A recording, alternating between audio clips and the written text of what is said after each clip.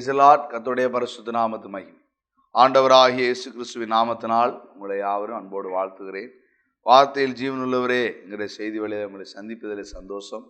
நீங்கள் யோசுவாட்டினுடைய ஊழியத்திற்காக ஜெபித்துக் கொள்ளுங்க. உங்களுக்காக நாங்கள் தொடர்ந்து ஜெபிக்கிறோம். இந்த ஜெப குறிப்பு என்ன இருந்தாலும் உங்களுடைய வியாதிகள், பலவீனங்கள், கண்ணீர், கவலை, கஷ்டத்தின் நேரத்தில் எங்களுக்கு தொடர்பு கொண்டு பேசலாம். உங்களுக்காக ஆறுதல் சொல்லி ஜெபிக்க விரும்புகிறோம். நாங்கள் தொடர்பு கொள்ள முடியாவில்லாட்ட அந்த சூழ்நிலைகளில் எங்களை வாட்ஸ்அப்பில் அனுப்பி வைங்க. ஜெபிக்கிறோம். ஆண்டு உங்களை ஆசீர்வதிப்பார். அல்லேலூயா. கர்த்தருடைய நாமத்திற்கு மகிமை உண்டாகட்டும். கர்த்தருக்கு ஸ்தோத்திரம், மகிமை. நாம் இன்றைக்கு வாசிக்க வேண்டிய அதிகாரம், இன்றைக்கி யாரெல்லாம் வாசித்தீங்க? நீதிமொழிகளில் 31 அதிகாரங்கள் இருக்கிறது. தினந்தோறும் ஒவ்வொரு அதிகாரங்கள் வாசிக்கும். மாதத்திற்கு ஒரு அதிகாரத்தில், ஒவ்வொரு நாளுக்கும் ஒவ்வொரு வசனத்தில், ஒவ்வொரு அதிகாரத்திலிருந்து வாசிங்க. இன்றைக்கு நாம் வாசிக்க வேண்டியதான அதிகாரம், காலையில் வாசித்திருப்பீங்கன்னு நினைக்கிறேன். அதிகாலை ஜெபத்தில் கர்த்தருக்கு மகிமை உண்டாகட்டும். நீதிமொழிகள் 27வது அதிகாரம். கர்த்தருக்கு ஸ்தோத்திரம். நீதிமொழிகள் 27வது அதிகாரம். நாளைக்கு அந்த வசனத்தை நீங்கள் வீட்டில் வாசித்திருப்பீர்கள் என்று நான் என்ன செய்கிறேன், விசுவாசி. கர்த்தருக்கு மகிமை உண்டாகட்டும். பாருங்க, நாளைய தினத்தை குறித்து பெருமை பாராட்டாதே, ஒரு நாள் பிறப்பிப்பதை அறியாய். ஆமென். கர்த்தருக்கு ஸ்தோத்திரம். நான் வாசித்த வார்த்தைக்காக ஜெபிப்போம். பிரியமான எங்கள் அன்பின் பரலோக பிதாவே, பரிசுத்தர் பரிசுத்தர் பரிசுத்தர், எங்கள் தேவனாகிய கர்த்தர் உண்மை இல்லவர். இயேசுவின் நாமத்தினால் உம்மை ஸ்தோத்திரிக்கிறோம். ஆசீர்வாதமான நல்ல வேலைக்காக ஸ்தோத்திரம். ஆர்த்தையாயிருக்கிறீர். உடைய மனுஷனை, உடைய ஆண்டவரே அப்பா, மக்களை ஆண்டவர் வார்த்தையினால் சந்திக்கிறவர், பரிசுத்தமாக்குறவர் அப்பா. இந்த நாளிலும் இந்த வார்த்தையை அனுப்பித்தான். இந்த வார்த்தையை எங்களோடு பகிர்ந்து கொள்ளுங்கள். இந்த வார்த்தை எங்கள் ஒவ்வொரு இருதயத்தையும் சந்திப்பதாக. உடைய அற்புதமான கிரியைகள் இந்த வார்த்தையை கேட்கும் போதே நடைபெறட்டும் ஐயா. ஆண்டவரே, உடைய வார்த்தையை எழுத்தை தூக்கவோ, சொல்லவோ, சுமக்கவோ, அறிவிக்கவோ தகுதியே இல்லப்பா. என்ன பேச சித்தமாக இருக்கிறீரோ ஆண்டவர் இடைப்படுங்க, பேசுங்க கர்த்தாவே. ஆண்டவரே சொல்லும். ஆமென். தாழ்த்தி வெறுமையாக்கு. மகிமை, கனம், துதி எல்லாம் இயேசுவுக்கு செலுத்து. இயேசு கிறிஸ்துவின் நாமத்தில் வேண்டி ஜெபிக்கிறோம் ஜீவனில் நல்ல பிதாவே. அல்லேலூயா. Praise the Lord. கர்த்தருடைய நாமத்திற்கு மகிமை உண்டாகட்டும். நாம் வாசித்த இன்றைக்கு வாசிக்கக்கூடிய அதிகாரம் நீதிமொழிகள் 27. அதிலே தினம் நாளை குறித்து சொல்லப்பட்ட வார்த்தையை நம்ம என்ன செய்கிறோம், வாசிக்கிறோம். நாளை என்று நாளைக்கு நடக்கக்கூடிய ஒரு காரியத்தை குறிப்பாங்க. இங்கே எழுதப்பட்டிருக்கிறது. கர்த்தருக்கு ஸ்தோத்திரம். நாளைய தினத்தை குறித்து என்ன செய்யாதே, பெருமை பாராட்டு. ஒரு நாள் பிறப்பிப்பதை அறியாய். யாருக்கு இது சொல்லப்பட்டிருக்கிறது? பலவான்களுக்கு, ஐஸ்வர்யவான்களுக்கு, கனவான்களுக்கு, ஆமேன், பட்டமும் பதவியும் உடையவர்களுக்கு. அவர்கள்தான் நாளை தினம் அவர் தனக்குரியது என்று நினைத்து கொண்டிருக்கிறார். நாளை நான் இதை செய்வேன், நாளை நான் அதை பண்ணுவேன், நாளை நான் அதை நடப்பிப்பேன் என்று சொல்லுவார். ஆனால் கர்த்தருடைய பிள்ளைகளுக்கு அது அனுமதி இல்லை. நீங்கள் நானும் நாளைய தினம் வேறம் சொல்லுகிறது கர்த்தருடையது. நாளைய தினம் கர்த்தருடையது. ஒரு நாள் பிறப்பிக்கிறது ஆண்டோடைய கரத்தில் என்ன செய்கிறது இருக்கு. இன்னைக்கு இரவு படுத்துக் கொள்ளுகிற நாம காலையில் விழிப்போமா விழிக்க மாட்டோமா அப்படிங்கிறது நிச்சயம் அல்ல. யாரா இருந்தாலும், எவ்வளோ பெரிய பலவான்கள், எவ்வளோ பெரிய சத்துவமுள்ள யாராக இருந்தாலும் சரி, இதுதான் உண்மை. படுக்கையிலிருந்து நீங்கள் எழுந்திருப்பது அது அது உண்மையாங்கிறது யாரும் என்ன செய்ய முடியாது, சொல்ல முடியாது. ஆனால் அப்படினால் நீங்கள் நானும் நாளைக்கு இதை செய்வேன், நாளைக்கு அதை செய்வேன் என்று என்ன செய்யாதீங்க. அதில் பெருமை கொள்ளுகிற அனுபவத்தை மாற்றிவிடு. நாளைக்கு அவனுடைய வருகை தாமதமாக இருந்தால், நாளைக்கு கர்த்தரினை ஜீவனோடு வைத்திருந்தால், நாளைக்கு கர்த்தருடைய கிருபையினால் நான் இருந்தால் என்று சொல்லி நாம் என்ன செய்ய வேண்டும், நாளை தினத்தை ஆண்டவருக்காக ஒப்புக் கொடுக்கும். ஏனென்றால் வேதம் சொல்லுகிறது, ஒருவன் நாட்களை விசேஷிக்கிறவனானால் கர்த்தருக்கு என்று விசேஷிக்க கடவன். நாளை தினம், நாளைக்கு இதை இன்னதை நான் செய்ய போகிறேன் என்று சொல்லாமல், நாளை தினம் யாருடையது? கர்த்தருடையது. அதனால் நீங்கள் கவலைப்பட வேண்டாம். அதே நேரம் நீங்கள் பெருமை கொள்ளவும் வேண்டாம். கர்த்தருக்கு ஸ்தோத்திரம். இங்கே நாம் எப்படி பேச வேண்டும், என்ன செய்ய வேண்டும் நாளைய தினத்தை குறித்து வாசிப்போம். யாக்கோபு 4வது அதிகாரம் வாசிங்க. 13வது வசனத்தை பாருங்க. மேலும் நீங்கள் இன்றைக்கு அல்லது நாளைக்கு இன்ன பட்டணத்திற்கு போய் அங்கே ஒரு வருஷம் தங்கி வியாபாரம் செய்து சம்பாத்தியம் பண்ணுவோம் என்கிறவர்களே கேளுங்கள். நாளைக்கு நடப்பது உங்களுக்கு தெரியாதே. உங்கள் ஜீவன் எப்படிப்பட்டது? கொஞ்ச காலம் தோன்றி பின்பு தோன்றாமற் போகிற புகையைப் போல இருக்கிறது. ஆதலால் ஆண்டவருக்கு சித்தமானால் நாங்களும் உயிரோடு இருந்தால் இன்னதை செய்வோம் என்று என்ன செய்ய வேண்டும்? சொல்ல வேண்டும். இப்பொழுது உங்கள் வீம்புகளில் மேன்மை பாராட்டுகிறீர்கள். இப்படிப்பட்ட மேன்மை பாராட்டல் யாவும் பொல்லாங்காய் இருக்கிறது. வேணும் என்ன செய்கிறது சொல்லுகிறது. அதனால நாளை, எந்த நாளை என்னுடைய அறிவு, புத்தி, பணம், பொருளினால் எதனால் செய்து விடுவோம் என்று நினைக்கிறோமோ அதெல்லாம் குறித்து எப்படி இருங்க? எச்சரிக்கையாக இருக்கு. அவைகளெல்லாம் விட்டு ஆண்டவருக்கு சித்தமானால், ஆண்டவருக்கு அனுமதித்தால், ஆண்டவர் என்னை வைத்திருந்தால் என்று ஆண்டவரே என்ன செய்யுங்க? மகிமைப்படுத்துங்க. கர்த்தருக்கு ஸ்தோத்திரம். இதுதான் ஒரு தேவ பிள்ளைக்கு உரிய காரியம். இன்றைக்கும் அநேக பிள்ளைகளுக்குள்ள ஒரு நல்ல காரியங்கள் இருக்கிறது. என்ன? கர்த்தருக்கு ஸ்தோத்திரம். எங்களுடைய அன்பாய் பழகுகிற ஒரு சகோதரர் உண்டு. கர்த்தருக்கு மகிமை. அவர் திருநெல்வேலி பகுதியில், தச்சநல்லூர் பகுதியிலே வாழ்ந்த அருமையான கேப்ரியல் சகோதரர் எங்கள் சபைக்கு வருவாங்க. சகோதரட்டத்தில் நான் ரட்சிக்கப்பட்ட சில நாட்களுக்கு முன்பதாக ஊழியத்திற்கு வந்ததுக்கு அப்புறமும் அவரை நான் அதிகமாய் பார்த்துருக்கேன். எந்த கஷ்டம், சூழ்நிலை, பிரச்சனை இருந்த நேரத்திலும் யாராவது அவங்கள பார்த்து, பிரதர் நல்லா இருக்கீங்களா, எப்படி இருக்கீங்கன்னு கேட்டாலும் அவர் வாய் நிறைய சொல்லுவார், கர்த்தருக்கு ஸ்தோத்திரம் சொல்லுவார். கர்த்தருக்கு ஸ்தோத்திரம், நல்லா இருக்கேன், ஆண்டுடைய கிருபையால் எப்படி இருக்கோம், நானும் என் மனைவி பிள்ளைகள்லாம் நல்லா இருக்கோம் அப்படின்னு எப்போதும் ஆண்டவரே சொல்லுவார். மகிமைப்படுத்தியே பேசுவார். ரொம்ப சந்தோஷமாக இருக்கும். அவருக்கு எவ்வளவு அவன் குடும்பத்தில் கஷ்டம் உண்டு தெரியுமா, பிள்ளைகளுக்கு பலவீனம் உண்டு தெரியுமா. அவனோட மனைவி கர்ப்பவதியாக இருக்கும்போது ரொம்ப அநேக பலவீனத்தில் கஷ்டப்பட்டுட்டு இருந்தாங்க. ஆனால் ஒரு நாள் ஆண்டவர் அவர் தூசித்ததே இல்லை. அவர் சொன்னதெல்லாம் வார்த்தை என்ன தெரியுமா? ஒவ்வொரு நாளும், இன்னைக்கு, நாளைக்கு, என்றைக்கும் நாங்கள் நிற்கிறதுக்கு காரணம் கர்த்தருடைய கிருபைன்னு சொல்லுவோம்.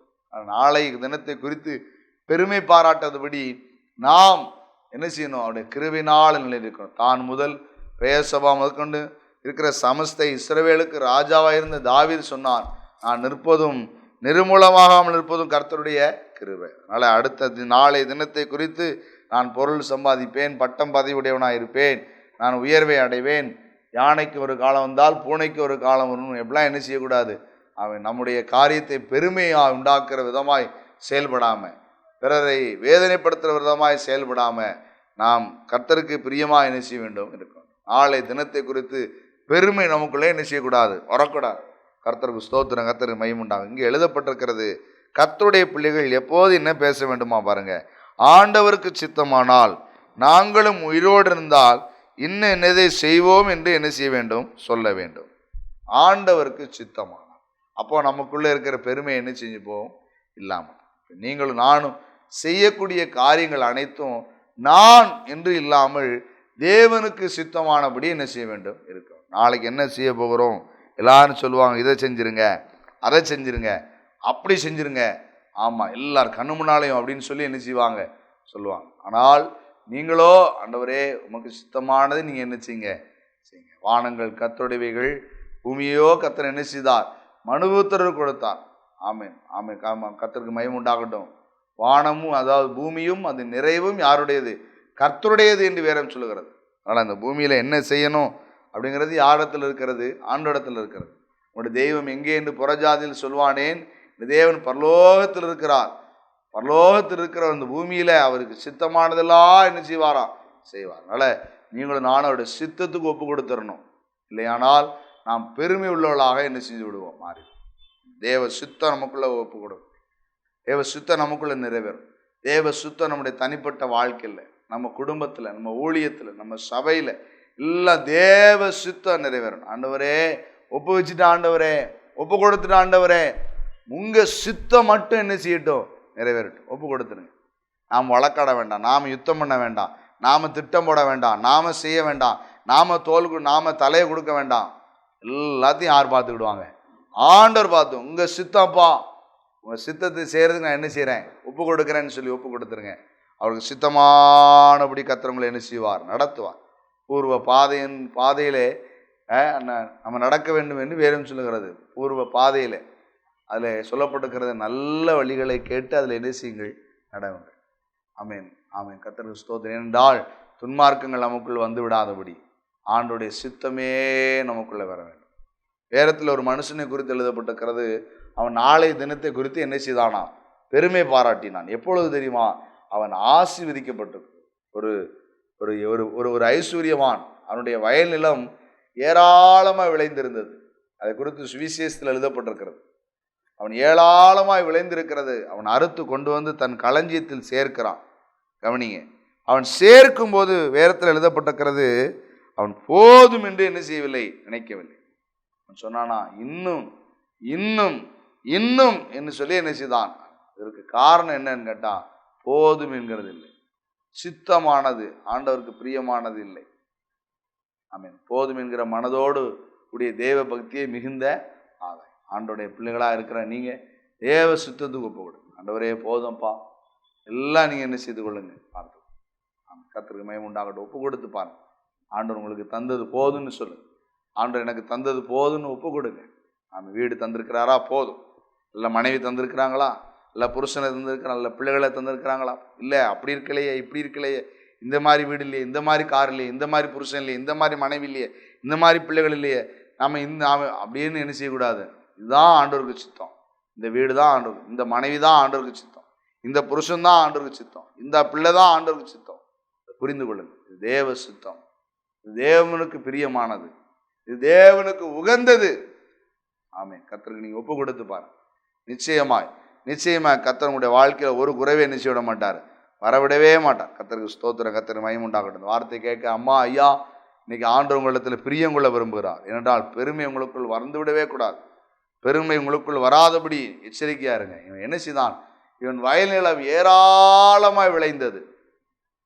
சும்மா எல்லாருக்கும் விளையாது. நல்ல ஜோமனன். பைபிள் எழுதியிருக்கு, ஈசாக்கு விதை விதைத்தான், அவனுக்கு கர்த்தர் 100 மடங்கு என்ன கொடுத்தான், பலன் கொடுத்தான். ஏனென்றால் அவன் வார்த்தைக்கு என்ன செய்தான், கீழ்ப்படி. நல்ல ஜோம் பண்ணுங்க, கீழ்ப்படிங்க ஆண்டோடைய வார்த்தைக்கு. அவனுடைய விவசாயங்களை கர்த்தர் என்ன செய்திருக்கிறார், ஆசீர்வதித்தார். 100 மடங்கு பலனை கொடுத்தான். அப்போ விதைக்கிறனாலும் அல்ல, நீர் பாய்ச்சினாலும் அல்ல, விளையச்சுகிறவர் கர்த்தர் என்று வேறும் சொல்லு. விளைய வைக்கிறது ஆண்டவர் தான் விளைய வைப்பார். அப்போ யோசித்து பாருங்க, ஒரு தென்னை மரத்திலிருந்து பாலை வருகிறது, அதில் பூக்கள் பூக்கிறது. அந்த அந்த அந்த கர்த்தருக்கு அந்த தேனீகள் வந்து அந்த தேனை குடித்து அந்த காரியத்தை அந்த அந்த மகரந்தத்தை ஒரு பூவிலிருந்து இன்னொரு பூவுக்கு சேர்த்து அவைகள் காயாக பழமாக என்ன செய்யும், மாறும். அது இளநியாக மரத்தில் உள்ள தேங்காயாக மாறும்.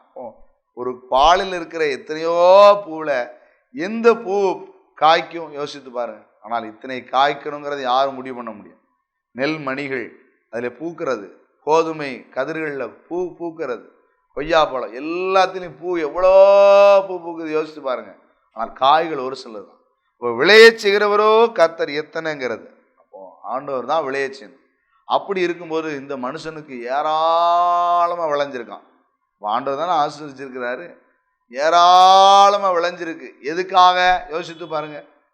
இன்னைக்கு உங்களுக்கு ஆண்டவர் ஏராளமாக தருவார். தரும்போதே நீங்கள் என்ன செய்ய ஆரம்பிச்சிடணும் தெரியுமா, எல்லாருக்கும் கொடுக்க ஆரம்பிச்சிடணும். ஏழைகளுக்கு, விதவைகளுக்கு, திக்கற்ற பிள்ளைகளுக்கு, கர்த்தருக்கு கஷ்டப்படுகிற ஊழியங்களுக்கு அப்படியே நீங்கள் எல்லாம் கொடுக்க ஆரம்பிச்சிடணும். வர வர வர சொல்லுவாங்க, இறைக்கிற கிணறு என்ன செய்யுமா, ஊறும். இறைக்காத கிணறு என்ன செய்யும், நாருன்னு என்ன செய்வாங்க.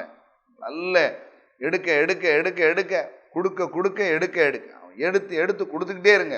அப்போ எடுக்க எடுக்க வந்துக்கிட்டே இருக்கும். கொடுக்க கொடுக்க எடுக்க எடுக்க கொடுக்க கொடுக்க எடுக்க எடுக்க வரணும்னா, ஆமாம், கர்த்தருக்கு ஸ்தோத்திரம். அப்போ ஆண்டவர் கிருபையாக இறங்குவார். கொடுத்துக்கிட்டே இருங்க, ஆண்டவர் தந்துக்கிட்டே இருப்பார். கர்த்தருக்கு ஸ்தோத்திரம். ஆனால் கொடுக்க நிறுத்திட்டீங்கன்னா அவர் தர்றதை என்ன செஞ்சிருவார், மக்களுக்கு நல்ல கொடுங்க. என்னுடைய பாசை அவர்கள் எப்போதும் என்ன செய்வாங்க, ஏழைகளுக்கு கொடுப்பாங்க, விதவைகளுக்கு கொடுப்பாங்க. வருகிற காணிக்கைகள் எல்லாவற்றையும் அப்படி தனக்குன்னு ஒரு நாளும் வைத்ததில்லை. தன்னுடைய அக்கௌண்ட்டில் பேலன்ஸ் வைத்ததே கிடையாது அவங்க. ஆமீன். தன்னுடைய தனிப்பட்ட அறையில், பீரோல்லையோ, பேக்லேயோ அதிகமான பணங்களை ஒரு நாள் அவங்க வைத்து கொண்டதை நாங்கள் பார்த்ததே இல்லை. கூட இருக்கும் எங்களிடத்துல தான் சாவிலாம் தருவாங்க, இடத்துல தான் அவங்களுடைய கை அந்த கேஷ் பேக்லாம் இருக்கும். ஒரு நாள் அதிகமான செல்வத்தையோ பணத்தையோ அவங்க சேர்த்து வைத்ததை பார்த்ததே இல்லை. ஆமீன். கர்த்தருக்கு ஸ்தோத்திரம். ஏன் தெரியுமா, கொடுத்துட்டே இருப்பாங்க ஏழைகளுக்கு. ஆமாம், கர்த்தருக்கு ஸ்தோத்திரம். சபைக்கு வராதவங்க, ஆண்டவரை தெரியாதவங்க, இந்துக்கள், முஸ்லீம்கள் எல்லாரும் கொடுப்பாங்க. ஆமாம், கர்த்தருக்கு ஸ்தோத்திரம். வீடு வாடகை கொடுக்க முடியாதவங்க, வேலைக்கு போகாத சுகமில்லாத குடும்பத்தில் இருக்கிறவங்களுக்கு அந்த மாதம் பலசரக்கு ஜாமான், துணிமணி, வீட்டு வாடகை, இப்படி என்னெல்லாமோ யாருன்னே தெரியாது. அவன் எந்த ஜாதின்னு தெரியாது. அவங்க என்ன எப்படிப்பட்டவங்க, நல்லவங்களா கெட்டவங்க எதுவுமே தெரியாது. ஆனால் அவங்க அவங்க அவங்க ஒருத்தவங்க மேலே அவங்க கஷ்டம்னு வந்துட்டாங்க, அழுதுட்டாங்கன்னு பார்த்துட்டாங்கன்னா கொடுத்துட்டே இருப்பாங்க ஆண்டவர். அவங்க பாருங்க, ஏராளமான ஜனங்களுக்கு அவங்க ரொம்ப சந்தோஷமான ஒரு பாத்திரமா இருந்தாங்க. ஒரு நாளும் மறக்கவே முடியாது யாராலையும். இன்றைக்கும் அநேகர் சொல்லுவாங்க, ஐயா எங்களுக்கு எவ்வளோ செஞ்சுருக்கிறாங்க தெரியுமா, எத்தனையோ பிள்ளைகளுக்கு திருமணம் நடத்தி வச்சுருக்கிறாங்க.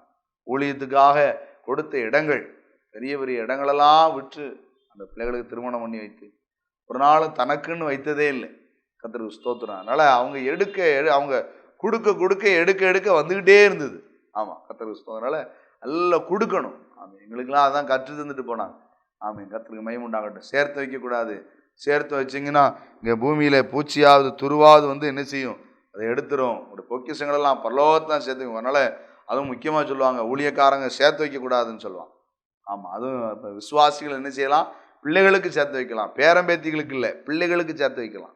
ஆமாம், கர்த்தருக்கு ஸ்தோத்திரம். இன்றைக்கி நிறைய பேர் பேரம்பேத்தி கொள்ளு பேரம் வரைக்கும் சேர்த்து வைக்க நினைக்கிறாங்க. அது தப்பு. உங்கள் பிள்ளைகளுக்கு தான் நீங்கள் சேர்த்து வைக்கணும். ஆமாம், கர்த்தருக்கு மகிமை உண்டு. ஆஸ்தியும் ஐஸ்வர்யமும் பிதாக்கள் வைக்கும் சுதந்திரம் என்று வேதத்தில் என்ன செய்யப்பட்டிருக்கிறது, ஒரு பிள்ளைகளுக்கு வைக்கணும். அவங்க பிள்ளைகளுக்கு வைப்பாங்க. அதுதான் விசுவாசிகளுக்கு உரிய அதாவது சட்டம். கர்த்தருக்கு ஸ்தோத்திரம். ஆனால் ஊழியக்காரர்கள் என்ன செய்யக்கூடாதான், சேர்த்து வைக்கவே கூடாதான். ஆமாம், கர்த்தருக்கு ஸ்தோத்திரம். பாசி அடிக்கடி சொல்லுவாங்க, ஊழியக்காரன் சேர்த்து வைக்கக்கூடாது, ஊழியக்காரன் சேர்த்து வைக்கக்கூடாது. பவுல் சொல்லுவார், செலவு பண்ணவும் செலவு செய்யவும் தீர்மானித்திருக்கிறோம். இல்லை, செலவு பண்ணணுன்னே தீர்மானம் பண்ணிக்கிட்டு இருக்கணும்னு சொல்லுவாங்க. அதனால் ஆண்டுடைய பிள்ளைகளாக இருக்கிறதான நாம எப்போதும் சேர்த்து வச்சுட்டே இருக்கக்கூடாது. கர்த்தருக்கு ஸ்தோத்திரம். ஆனால் இங்கே இந்த மனிதனோ ஏராளமாக விளைந்தது பாருங்க. அவன் விதவைகளுக்கோ திக்கற்ற பிள்ளைகளுக்கோ கஷ்டப்பட்டவங்களுக்கோ இல்லை, அவனோட வியாபாரம் பண்ண வர்றவங்களுக்கு கூட கொடுக்கக்கூடாதுன்னு நினைக்கிறேன். அவன் சொல்கிறான், இன்னும் நான் என்னுடைய களஞ்சியத்தை இடித்து பெருசாக கட்டுவேன், இன்னும் நிரப்புவேன்னு சொல்லி யாருக்கும் கொடுக்கக்கூடாதுன்னு நினச்சான். அவனை குறித்து எழுதப்பட்டிருக்கிறது. கர்த்தருக்கு ஸ்தோத்திரம். ஆண்டவர் சொன்ன, இன்னைக்கு ராத்திரி உன்னை ஜீவன் உன்னை விட்டு எழுந்துட்டு போயிட்டு நான் என்ன செய்வேன்னு ஆண்டவர் கேட்டேன். அதில் நாளைக்கு நாங்கள் களஞ்சியத்தை இடித்து பெருசாக கட்டி என் ஆத்மாவை வாழ வைப்பேன்னு சொன்னான் பாருங்க. அவனை ஆண்டவர் சொன்னார், இன்னைக்கே உன் உயிரை உன்னை விட்டு என்ன செஞ்சிருவேன், எடுத்துருவேன் அப்படின்னு. இதுக்கு காரணம், நாளை தினத்தை குறித்து நாம் என்ன செய்யக்கூடாது, பெருமையாக மாறட்டும். நாளை தினம் கர்த்தருடையது. நாளை தினத்தில் கர்த்தர் என்ன செய்வார் என்று நாம் என்ன செய்வோம், பார்ப்போம். பொறுமையோடு பார்த்துருவோம். பெருமைகள் நம்மை விட்டு ஓய்ந்திருக்கும்படி கர்த்தருடைய சித்தத்துக்கு ஒப்பு கொடுப்போம். கர்த்தருக்கு மகிமை உண்டாகட்டும். ஒரு நாள் பிறப்பிப்பதை நீ அறியாய். அதனால் நாம் தேவ பயத்தோடு அவருக்கு கீழ்ப்படிந்திருந்து நாட்களை விசேஷித்து கர்த்தருக்கென்று ஒப்பு கொடுப்போம். கர்த்தர் நம்மை ஆசீர்வதிப்பார். கர்த்தருக்கு மகிமை உண்டாகட்டும். ஜெபி. எங்கள் அன்பின் பரலோக பிதாவே, இயேசு இரட்சகர் நாமத்தில் நாங்கள் உம்மை ஸ்தோத்திரிக்கிறோம். கிருபையாய் தந்த நல்ல நாளுக்காக ஸ்தோத்திரம். நாங்கள் வாசித்த வேத வசனத்தின்படி நாளை தினம் இன்று எங்களுடைய ஆவி ஆத்மா சரீரத்திலே பெருமை கொண்டாதபடிக்கு பணம் பொருள் ஆஸ்தி ஐஸ்வர்யம் பட்டம் பதவி பெயரினால் எங்களுக்குள்ளே ஆண்டவரே பெருமை வந்து விடாதபடிக்கு ஆண்டவரே, நாளைக்கு தேவனுக்கு சித்தமானால் கர்த்தர் எங்களை உயிரோடு வைத்திருந்தால் ஆண்டுடைய சித்தத்தை நிறைவேற்றும் என்று ஒப்பு கொடுக்கிறவர்களாக எங்களை மாற்றுங்க. என்னுடைய பாரத்தை எங்களை தாழ்த்தி பெருமையாக்குகிறோம். சகல துதி கன மகிமை அனைத்தும் இயேசுக்கு செலுத்துகிறோம். இயேசு கிறிஸ்துவின் நாமத்தில் வேண்டி விரும்பி ஜெபிக்கிறோம். ஜீவனுள்ள நல்ல பிதாவே. அல்லேலூயா. Praise the Lord. கர்த்தர் உங்களை ஆசீர்வதிப்பார்.